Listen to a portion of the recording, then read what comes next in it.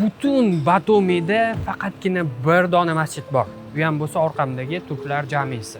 O'zi oldin bu joyda ikkita shimolda va janubda masjid joylashgan, turklar masjidi. Keyin uni sovet paytida buzib tashlashgan, ikkalasini ham buzgandan keyin mana shu uncha katta bo'lmagan kichkina jomi, mana shu masjidni bugun sizlar bilan ko'rib chiqamiz do'stlar. Batumining tarixiy markazida joylashgan O'rta Jome masjidi.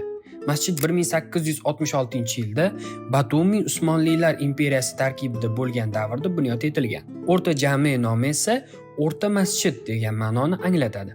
Masjid o'zini oq rangli fasadi, nafis sharqona bezaklari va baland minorasi bilan ajralib turadi.